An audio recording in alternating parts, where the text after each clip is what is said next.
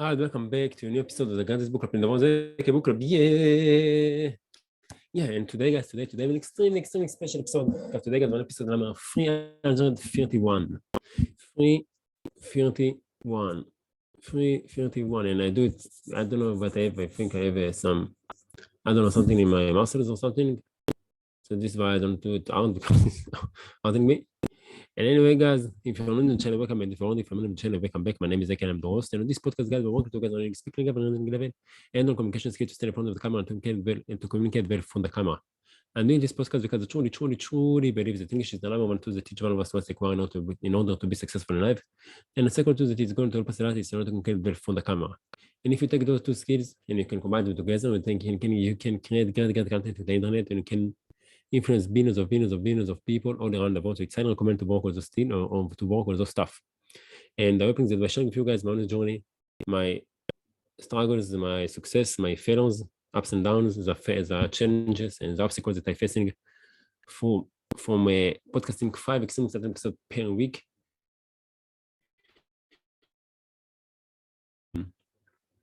From the process, like to put this count over here.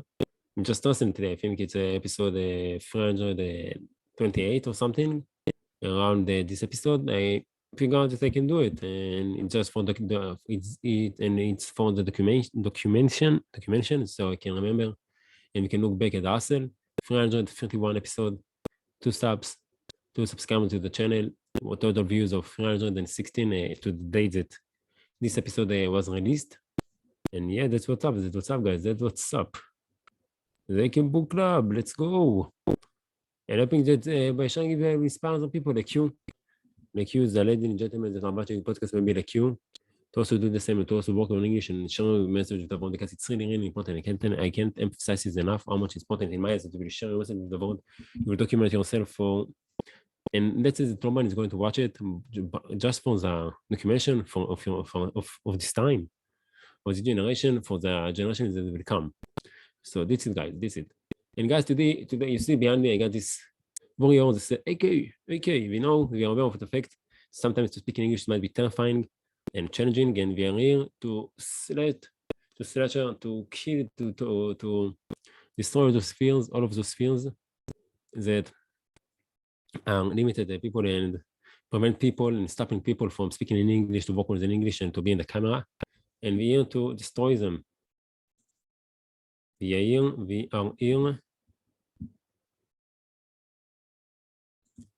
to kill them. And if you want to check out this great guards, you can find them in over 3, 2, 1, kabam. You can find them on Good Fun. And this is a great upload, and this great background upload to Good Fun. But another Keep It Fun. We didn't see him for a long time. Keep It Fun on 3 December 2018. His downloads already 3,060 and it's 3,063 times. And of course, guys, we like the picture because we really enjoy it. And we want to show our appreciation to the artist with this grand background. And if you want to download the picture, just need to choose the resolution from here. Press download. Right click on the picture. Go to Shmirat Tunat B'Shem Milim, what's the picture in English, and type down and comment below what it in language. And all of us, we need to guess from where we are all around the world. All around the world. It's going to be a really nice game. Press on that. Press on it. Choose the one to save it on the computer.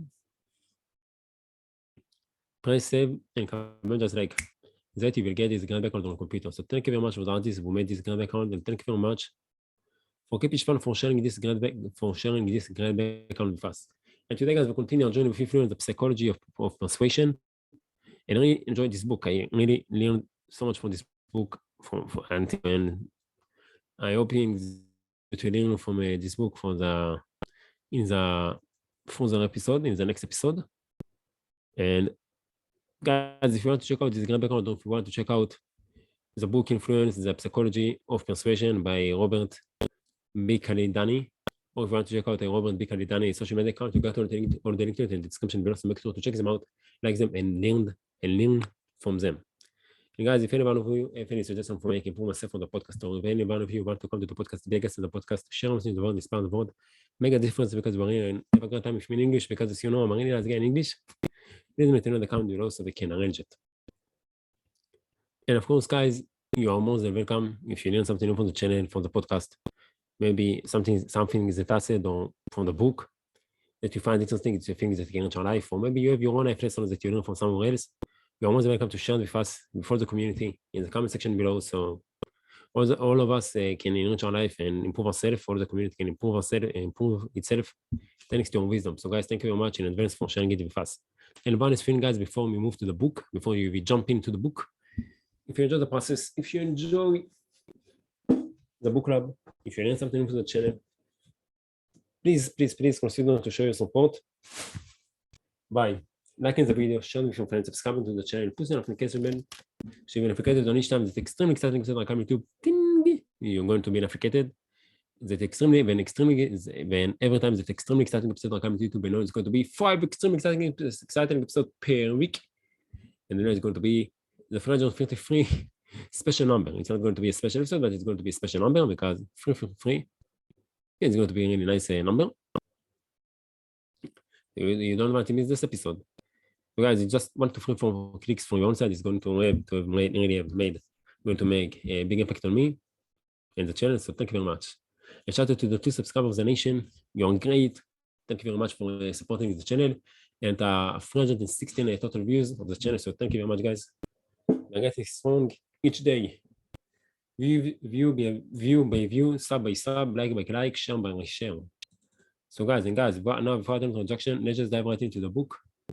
So Influence, the Power of Persuasion by Robert B. Cialdini. Chapter 2. Read what I mean. Chapter 2, Reciprocation. The old give and take by page 23 to 27. Yes, 27. Read what I mean. Jared, Mr. John, please. Mr. John, please. Mr. John, please.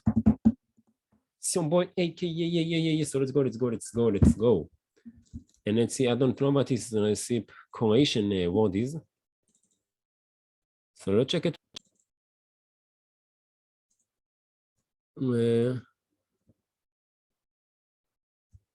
Again, it's Google Translate.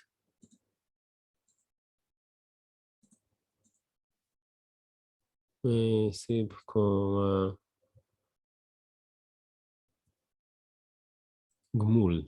Reciprocation. It's like you give something, you get something back. What you get from it.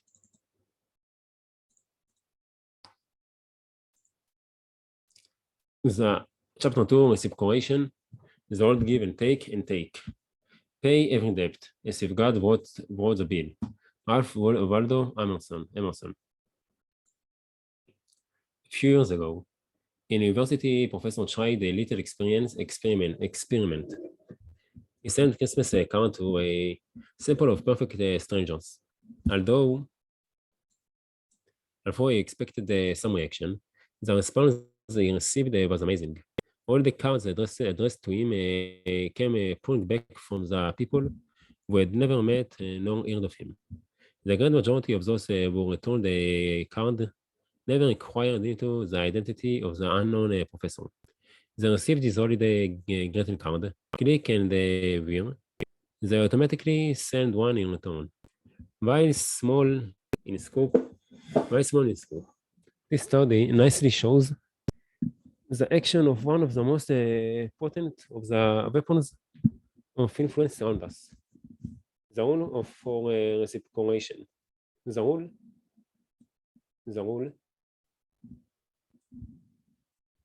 rule says that we should try to repay in kind. The rule says that we should try to repay in kind what another person has provided us. If a woman does us a favor, we should do her one in return. If a man sends us birthday present, we should remember his holiday with a gift of our own. If a couple invites us to a party,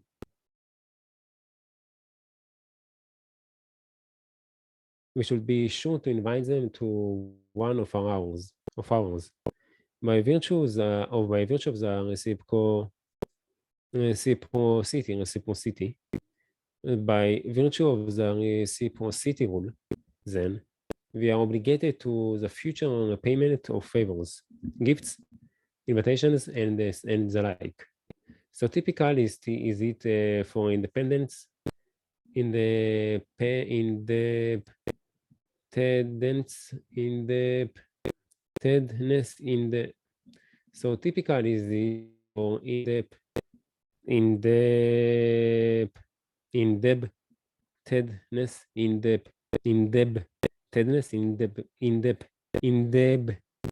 indebtedness indebtedness. I don't know how to say it. Indebtedness. INDEBT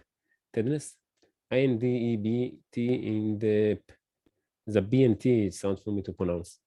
Indebtedness. INDEBTEDNESS to accompany the receipt of such things. That a term like much obligate has become a synonym for thank you, not only in the English language but in others as well.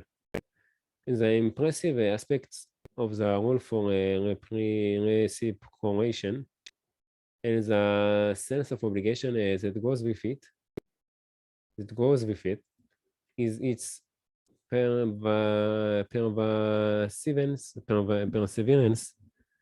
pervasiveness in human culture. It is so widespread that after intensive study, sociologists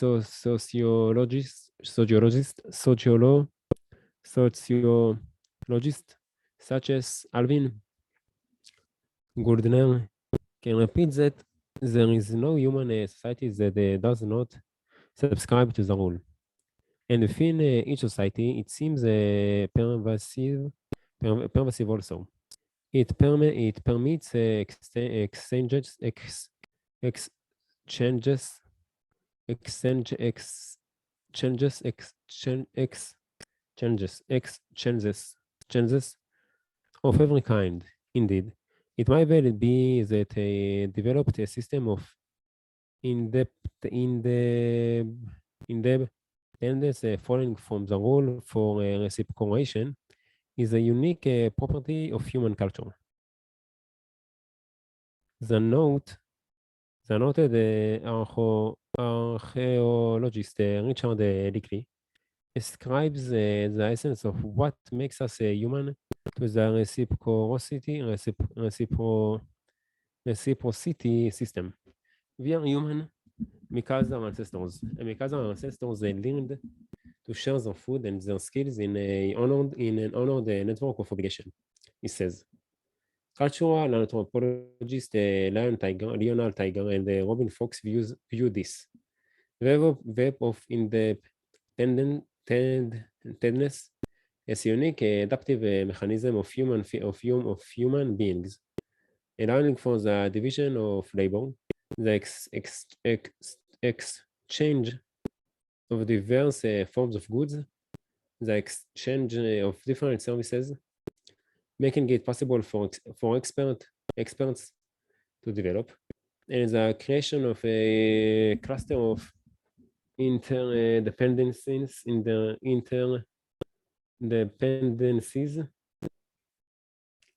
that bind the individuals together into highly efficient units. It is a future orientation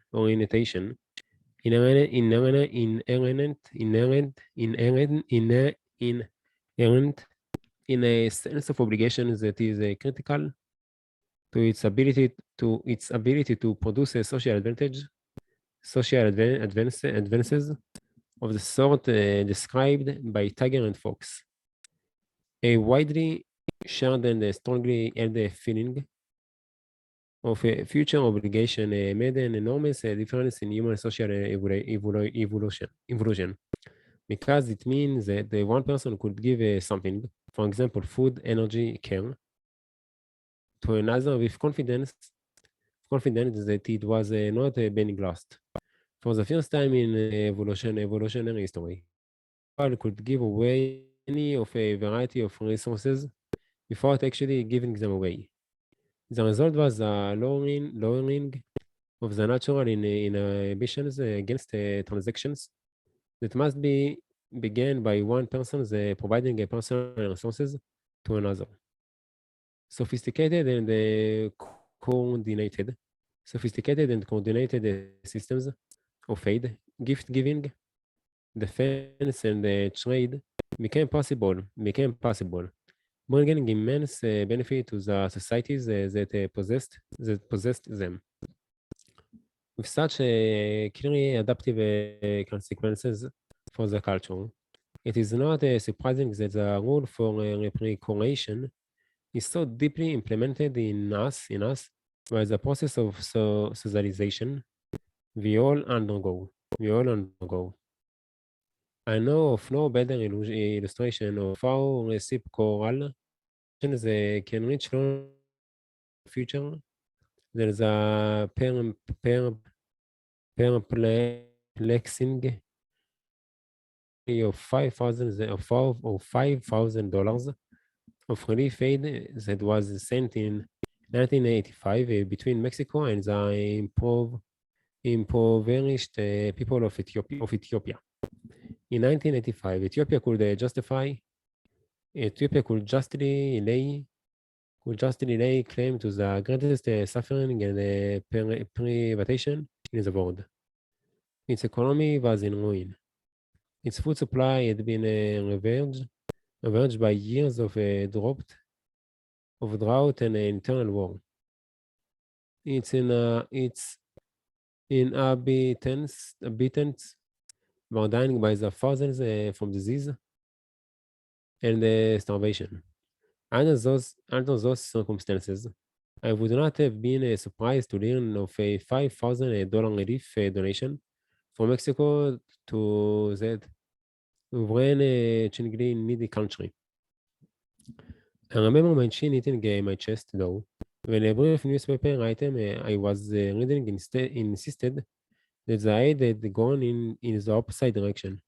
Native officials of the Ethiopian Red Cross had decided to send the money to help the victims of that year's earthquakes in Mexico City. It is both a personal bane and a professional blessing that whenever I am confused by some aspect of human behavior, I feel driven to I feel driven to investigate further. In this instance, I was able to track down a fuller account of the story. Fortunately, a journalist who had been as bewildered as I was by the Ethiopian section and asked for an explanation. The answer received offers a eloquent validation of the reciprocity rule. Despite the enormous needs prevailing in Ethiopia, the money was being sent because Mexico had sent aid to Ethiopia in 1935 when it was invaded by Italy. So informed, I remained awed. But I was no longer puzzled. The need to reciprocate had transcended great cultural differences. Long distance, acute famine, and immediate self-interest. Quite simply, a half century later, against all countervailing forces, obligation triumphed.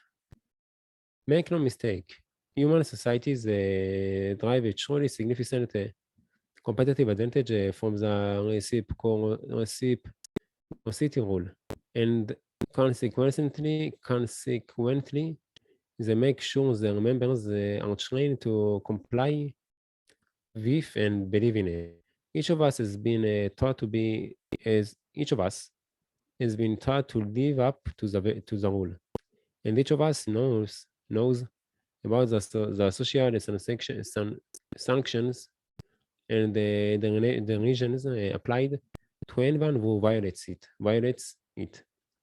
The labels we assign to such a person are loaded with negativity.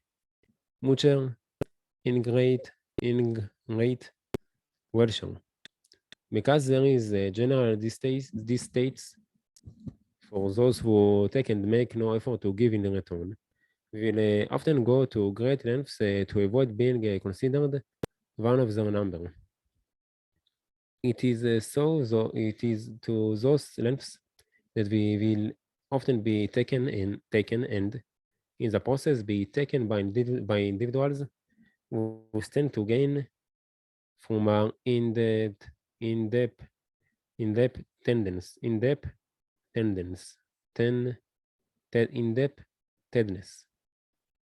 To understand how the rule for reciprocation can be exploited by one who recognizes it recognizes recognize it as a source of influence is the source of influence it certainly is. We might closely examine an experiment performed by Professor Dennis Regan of Cornell University. A subject who participated in the study found himself rating, along with another subject, the quality of some paintings as part of an experiment on art appreciation. The other writer, we can call him Joe, was only posing as a fellow subject and was actually Dr. Rogan's assistant for our purposes. The experiment took place under in some cases, Joe did a small, unsolicited favor for the true subject. During a short rest period, he left the room for a couple of minutes and returned with two bottles of Coca-Cola. One for the subject and one for himself, saying, I asked him, the experimenter,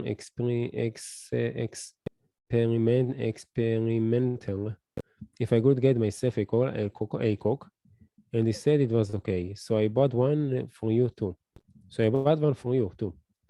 In other cases, Joe did not provide the subject with a favor.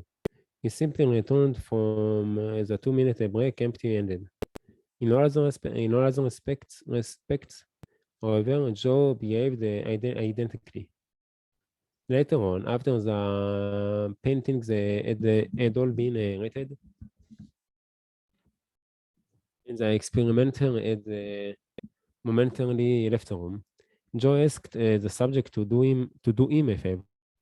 He indicated that he was selling raffle tickets for a new car and that if he sold the most tickets, he would win a $50 prize. Joe's request was for the subject to buy some raffle tickets at 25 cents a piece.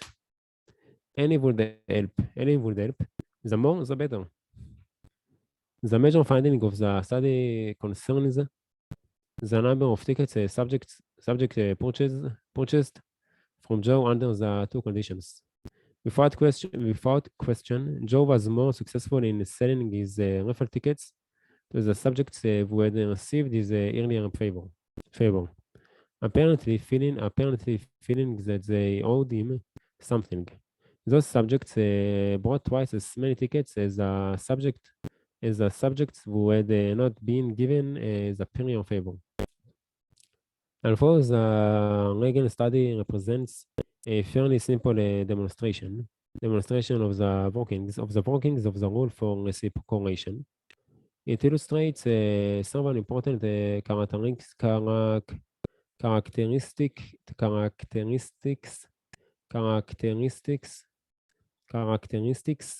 of the rule that, upon further consideration, help us to understand how it might be profitably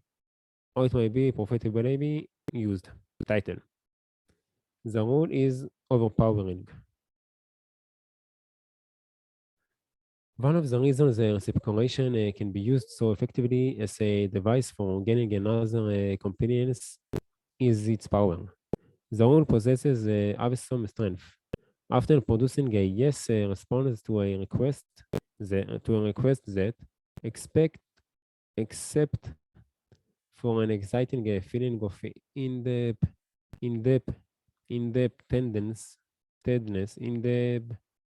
in-depthness would have surely been refused. Some evidence of how the rules force can overpower the influence of others, of other factors that normally determine whether a request will be complied with can be seen in a second result of the Rogan study. Besides, besides his interest in the impact of the reciprocity rule on, on compliance, was also interested in how liking for a person affects the tendency to comply with that person's request. To measure how likely Tober Joe affected the subject decisions to buy his raffle tickets, Reagan had them fill out several rating scales indicating how much they like Joe. He then compared their liking responses with the number of tickets they had purchased from Joe. There was a significant tendency for subjects to buy more raffle tickets from Joe the more they liked them. But this alone is hardly a startling finding. Most of us would have guessed that people are more willing to do a favor for someone they like. The interesting thing about the Reagan experiment, however, is that the relationship between liking and compliance was completely whipped out in the condition under which subjects had been given a coke by Joe. For those who owed him a favor, it made no difference whether they liked him or not. They felt a sense of obligation to repay him, and they did. The subjects in that condition will indicate that they disliked Joe, bought just as many of his tickets as did those who indicated that they liked him. The rule for reciprocity was so strong that it simply overwhelmed the influence of a factor. Liking for the request, for liking for the requester that normally affects the decision to comply. Think of the implications. People we might ordinarily dislike, unusual, unsavory, or unwelcome the sales operators, disagreeable acquaintances, representatives of strange or unpopular organizations, can greatly increase the chance that we will do what they wish merely by providing us with a small favor prior to the requests. Let's take an example that by now many of us have encountered. The American society is an Eastern religious is an Eastern religious sect with cultures all the roots traceable to the Indian city of Calcutta. But its spectacular modern day 1970s when it experienced a remarkable growth not only in followers but also in wealth and property. The economic growth was funded through a variety of activities. The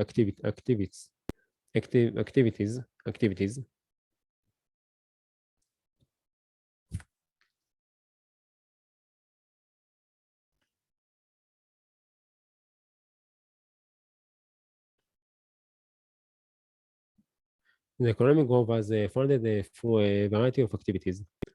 The principal and still most visible of which is a request for donations by society members from passers-by in public places. During the early history of the group, in this country,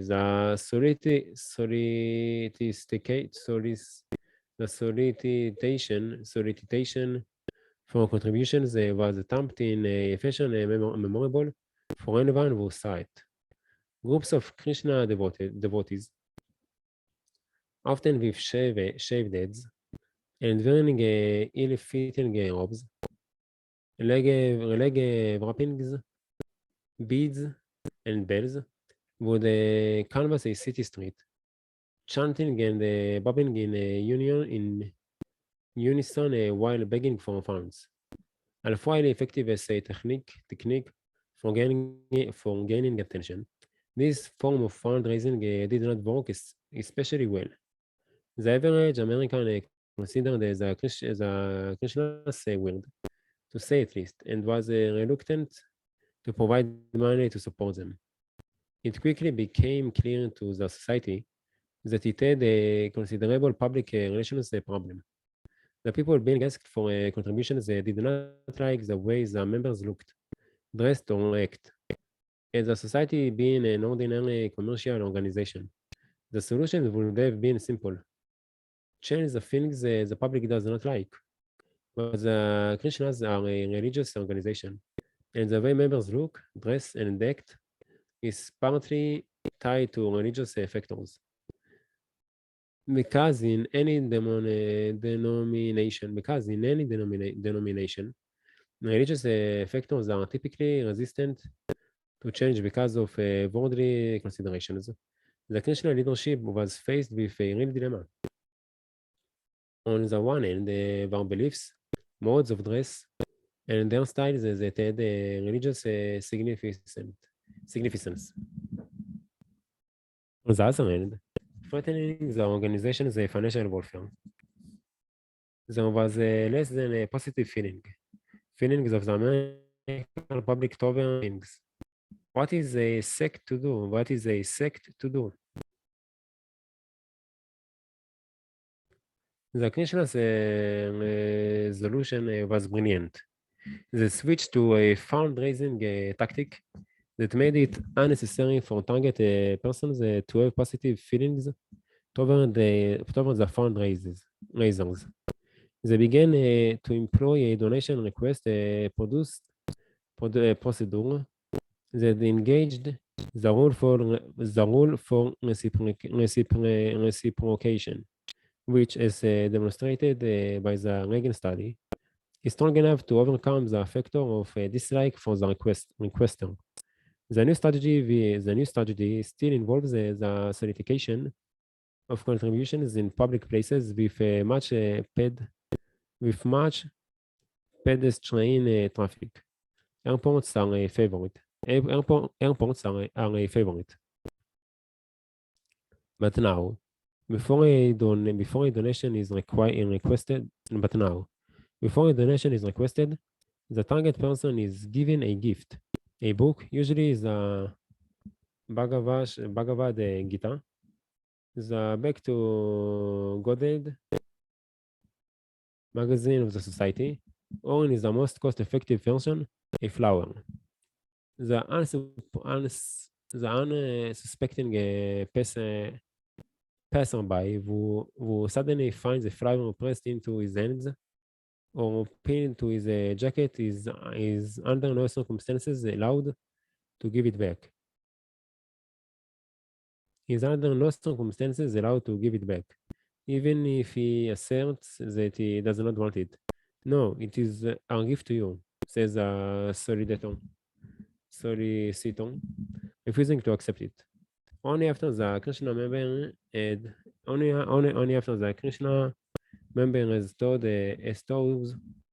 brought the force of the reciprocation rule to bear on the situation. Is the target asked again? Only after the Krishna member has brought the force of the reciprocation rule to bear on the situation, is the target asked to provide a contribution to the society. This benefactor before beggar strategy has been widely successful for the era Krishna society, producing large-scale economic gains and funding the ownership of temples, businesses, houses, and property in 321 centers in the United States and overseas. This is the end of the episode. So thank you very much, Gan, for joining me. I really appreciate the fact that you choose University of Tamil, and I really hope that you enjoy the episode and learn something with the episode. And I can't wait to see you all in tomorrow episode, the next episode of the Great Book Club. Until then, Take care of yourself. Have a great time, man. Bye-bye. Wednesday, Thursday. So, guys, today is Thursday, 24th of March, 2022, and time now it's 10:20, and I'm 2 hours late of what I have planned of recording. But as a mission of myself was to record 5 episodes, and I managed to do it. And I need to better myself with times, but we did it, guys, we did it. יום חמישי, 24/3/2022, שעכשיו היא 10:20. זה על 2.5 איחור, אבל אין מה לעשות. טיז וטיטיז, לפחות סיימנו להגיש 5 פרקים. נמצאת לגמרי, גם אחלה ספר. בעמוד 28. נתנו עבודה היום, לאט לאט אני משתפר עם הפודקאסטים האלה. ויאללה, שיהיה בהצלחה, להתראות, ערב טוב. עכשיו, it's time for UFC 272. It's time, יאללה ביי.